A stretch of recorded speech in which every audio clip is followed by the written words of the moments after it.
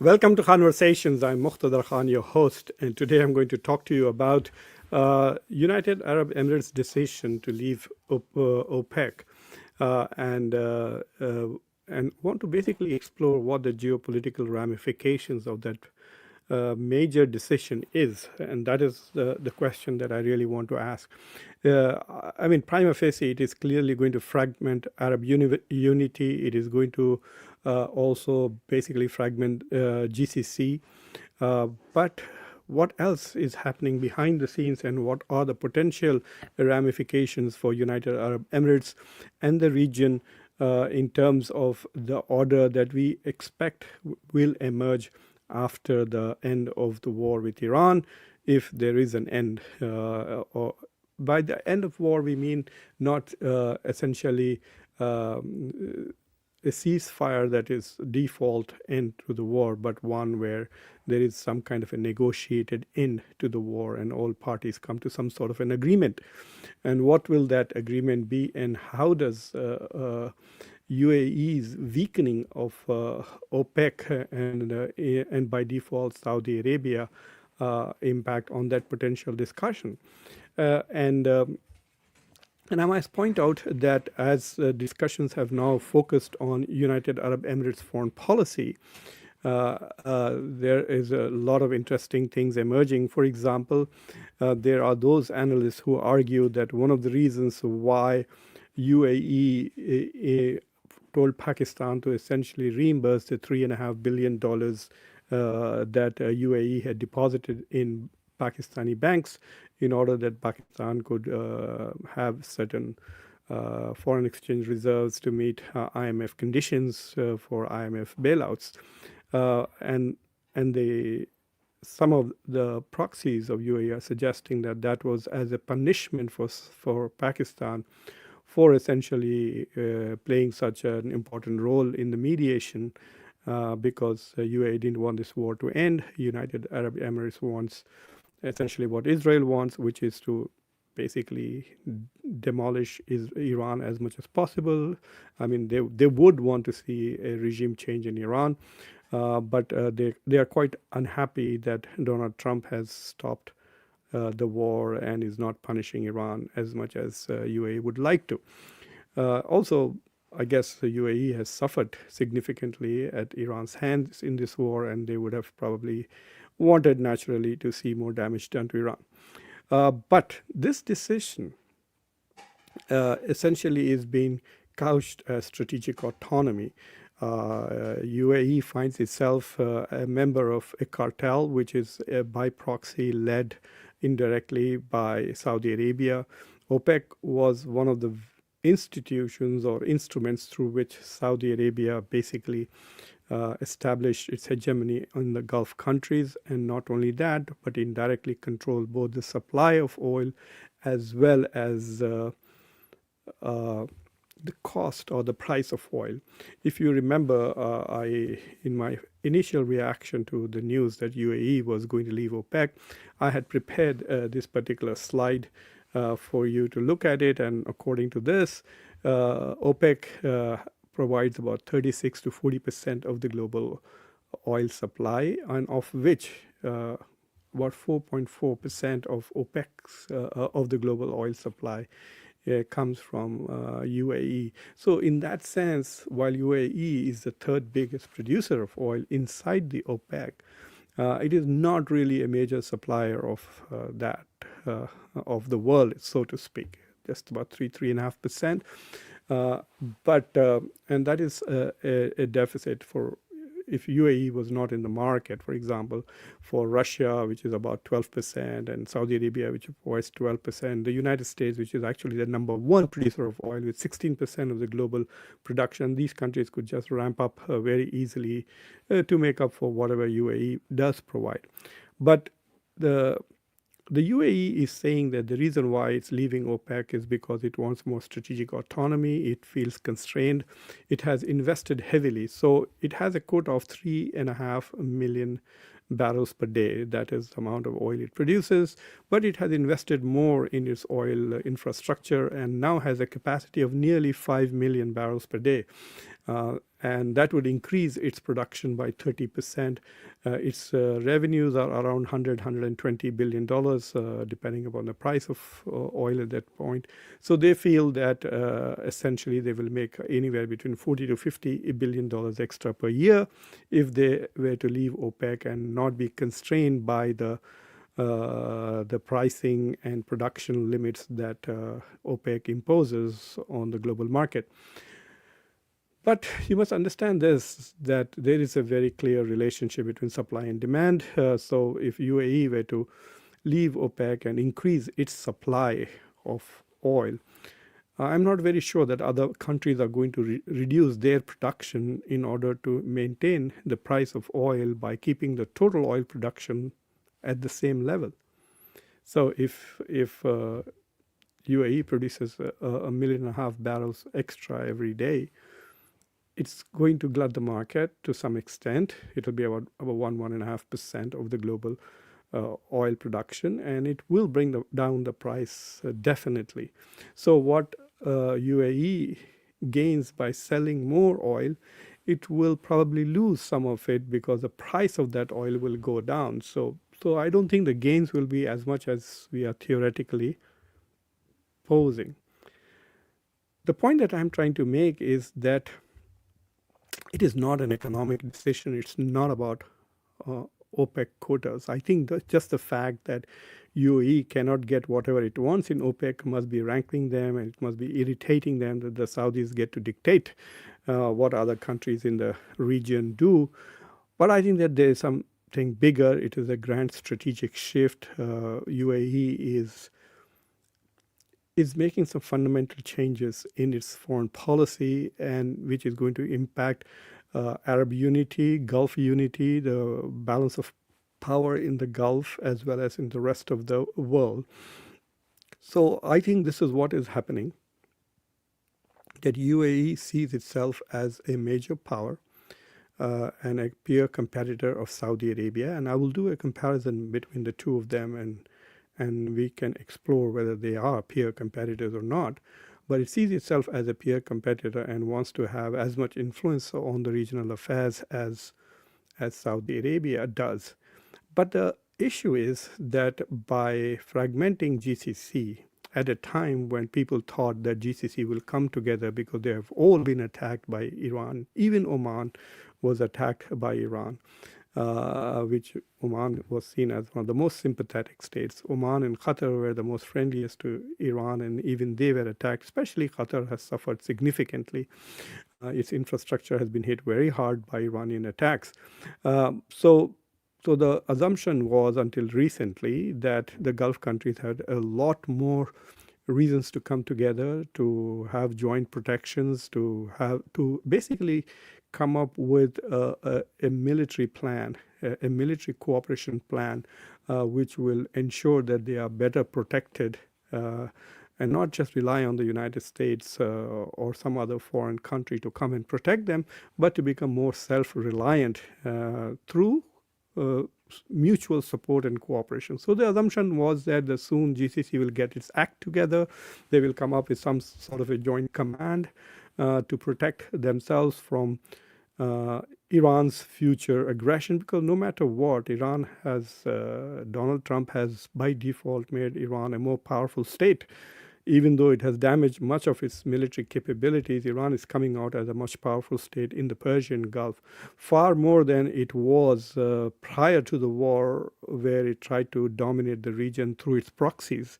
But now Iran is directly being far more influential, not just in the region, but also in the global economy. And the fact that the region is fragmenting rather than uniting against it also suggests that it has been far more successful in ensuring that a common opposition does not arise to itself.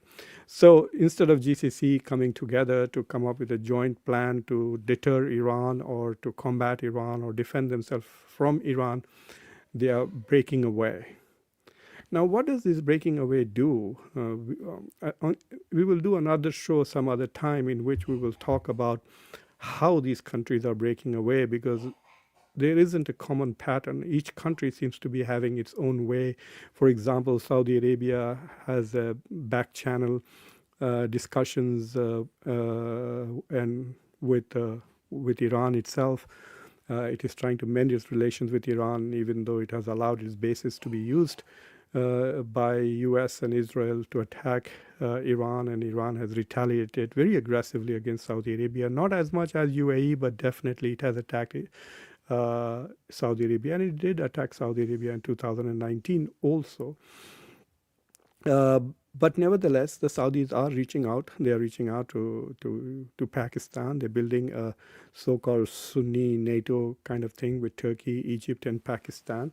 They are also reaching out to China. So they are diversifying in their efforts to find security partners. You saw that with UAE reaching out to India, and in a few weeks, a couple of weeks, I think, Prime Minister Modi is also going to visit UAE. First he visited Israel, now he's going to visit UAE. So UAE also has a diversity of partners. It is part of the Abrahamic Accords. In fact, I would say the leading state in Abrahamic Accords. And then it is also part of I2U2, which is Israel, India, US, and UAE. And because of the divergence between India and the United States, at the moment, I2U2 seems to have become quite dormant. But nevertheless, you can see that the countries are moving differently. Oman seems to have developed a good partnership with Iran, to the extent that Iran says that if it collects tolls in the Strait of Hormuz, it plans to share it with Oman. And the Qataris too have repeatedly signaled that they would like the United States to leave, but there are reports that the U.S. is rebuilding the base in Qatar. So I don't know what the what's going on with Qatar, even though there are reports that perhaps they will ask the Americans to shut down that base, because the base, rather than protecting Qatar, has become a magnet for attacks from Iran. In fact, in the last few months, in spite of the presence of huge U.S. military, over 10,000 in Qatar, Qatar was attacked by two countries and the U.S. did nothing. The Israelis attacked Qatar, and then the Iranians attacked them massively, and the U.S. has done nothing to protect them. On the contrary, I think another development that is going to happen is that you will find now a strong military presence of Israel in the Gulf that was absent. I mean, there was a time when the Israelis could not fly over the Gulf. Joe Biden made a big deal of coming to Saudi Arabia and saying the only reason why I'm going to Saudi Arabia is to request overflight rights for Israelis to fly over Saudi Arabia. But now, as there are media reports that the Israelis have actually sent military assets to defend UAE from Iranian attacks, we now see that UAE, I don't know whether that presence, Israeli military presence in UAE, is going to be temporary or long-term, but right now you could say that Israel has a base in the Gulf, and that is UAE. It has military presence. Yes, they are defensive at the moment. I think it has some part of its Iron Dome there protecting UAE and Dubai and Abu Dhabi from attacks from Iran. But that Iron Dome is a military infrastructure run by the Israelis in UAE. That is the definition of a military base. So what is going to possibly emerge if Iran survives this and has some control on the Strait of Hormuz? I think there will be more fragmentation, more panic among the Gulf countries. And under Donald Trump, the U.S. will not care what the long-term implications are, or they will do whatever the Israelis dictate. I mean, by now it has become pretty obvious that we are looking at Donald Trump as an Israel-first president. He can say whatever he likes, but his actions are more Israel-first than America-first. So yes, while the Israeli, plus on top of that, this war has also reduced the aura of American military power. All the talk under the sun, it's unbelievable how much big talk both Pete Hegseth and Donald Trump indulged in, and in the net result seems to be that we are looking for a ceasefire with a more powerful Iran emerging out of this military. The regime, there seems to be no change possible in the regime. In fact, the regime has become more hardened and more hostile than before. So we are looking at a military failure by the United States, and that is very clear. At least for the Gulf countries, U.S. military presence did not protect them at all.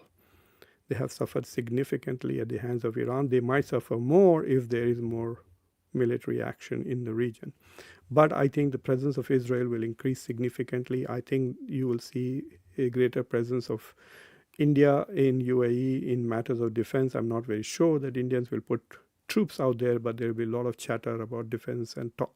The current foreign policy of Prime Minister Modi is very good at talking big with a lot of acronyms, and so there will be a lot of acronyms about strategic, comprehensive partnership and this and that and that. In the end, it will always be UAE spending some money in India, investing money in India. Or some training programs by US, Indian military, or some exercises with US Navy in the Persian Gulf. That is if the Iranians allow the Indian Navy to come in to do exercises with the UAE. I think that would be unlikely. But I think you will see more enhanced Israeli intelligence is probably already all over the place, but Israeli military presence will be quite up there in that. I would consider UAE now as a functional Israeli military base at the moment, without any doubt. So that is one big, shall we say, victory for Israel, and a big loss for Saudi Arabia and Egypt and most of the Arab countries, who really have. It's amazing as to how much the Arabs talk about Arab unity and Arab cohesion and Arab League and that, and their inability to act as one is startling. The more they talk about Arab unity, the less they act in a unified fashion. And I think their rivals and major powers who can exploit them have sensed it, that there is no correspondence between the rhetoric from Arab states and their actions. So all of them just cause enough trouble to attract benefits for themselves, either like in terms of foreign aid from the US or some concessions. I was listening to a discussion by experts who study the region all the time, and one of the points that they were trying to make was that one of the questions that UAE really needs to ask is, what has it gained from Abrahamic Accords? There was a lot of chatter about UAE getting F-35s. It didn't get them. And of course, the US really did nothing much to protect UAE from Iran. In fact, the United States attacked Iran without much consultation, to a great extent against the wishes of the countries in the region, who knew that they would be the target of Iranian retaliation. So it was very clear that the US and Israel didn't care if these countries, so they were used as human shields, so to speak. So instead of Iran shooting all its missiles at Israel and US ships which are within its range, in many ways, Americans and Israelis diversified the targets for Iran's retaliation. So instead of Israel and US assets and Israel being the sole targets of the thousands of missiles and drones that Iran seems to possess, they shared it with the Gulf countries, who took like in the excess of 2,000 missiles and drones. Many of them were blocked, but Iran has learned to play the saturation game very well, and so has done significant damage. Not only that, it has also done damage to the economic model of the Gulf. There is, I think, on tourism alone, the Gulf countries are losing over $500 million a day in this war. The cost of the infrastructure damage in terms of time and money is pretty high. It might take several months or maybe a year or two for them to rebuild after the attacks from Iran. That is assuming that the war has ended. And finally, I think that the role of other countries in the region has increased. Until now, it was mostly the United States that dominated the region, but now we can see an enhanced role that China is playing, and an enhanced role that India and Pakistan are playing, an enhanced role that Israel is playing in the region. And so Russia, China, India, Pakistan, Israel are now including Turkey, are now bigger players in the region than they were before this war. And of course, Iran is definitely has a bigger footprint on the Persian Gulf and the Persian security than before. So we shall see. I mean, the key issue really is whether this war just fizzles out or the war ends with an agreement between the United States and Iran, and an agreement which lists sanctions over Iran. And my advice to Iran is to take the deal, dump its nuclear program, give up uranium enrichment in exchange for, I mean, this is what the Iranians should say. Okay, look, we will stop enrichment for 2 years, lift all economic sanctions now, and let Iran integrate into the global economy. And after 2 years or 3 years, when it has fully integrated into the economy and the US and other countries have very strong disincentives to restore those sanctions, then it can say, okay, now that you have been good and I can trust the West to fulfill its promises, unlike in the past when they did the JCPOA and the US reneged on it. Now that the West is reliable after 3 years of lifting sanctions, we will give you the enriched uranium that we have right now, which is under lock and key with the Russians. Here's the passcode, go take that. So I think that would be the best price of a deal. The Iranians probably will not accept that because their pride and their whole, I think it's quite rubbish to make this claim that this is about our sovereignty. Because they fought a war with the West. Two wars, so to speak, in the last 1 year. There was no use of nuclear weapons. Nuclear weapons are pretty useless. In fact, Iran probably can build conventional weapons with all the money that it will get from being integrated into the global economy. And not only that, but transfers of technology, etc. So it can have a very robust air force. For example, who knows, they could make a deal with Donald Trump to buy F-35s or upgrade the F-5s that they have to F-16s, whatever. So they could have a very robust investment in conventional weapons and continue to dominate the region without giving America this compulsion to go and attack Iran by saying, because the Americans think that just saying that we will not allow a nuclear Iran is enough to fool the American citizens so that they can take this particular action. And then they won't have that justification. So I don't know how the war really ends, but I think that in pursuit of strategic autonomy, United Arab Emirates may have committed a strategic blunder. It's not going to make the Gulf safe, and it's not going to make UAE a major power. If you become essentially an Israeli military base going forward, I'm not very sure that that enhances UAE's geopolitical stature in any way. So I think it is a strategic blunder, and it may regret it. And unnecessary competition now with Qatar and possibly Saudi Arabia for sure, and Iran. So UAE is now going to be competing with 3 of its neighbors in a much more intense way than it did before. So anyway, those are the points that I wanted to make about this. So thank you for watching Conversations. Please subscribe to the channel, like this video, press the bell icon, and don't forget to share this video with your socio-political network. Until next time, I'm your host Muqtada Khan. Take care.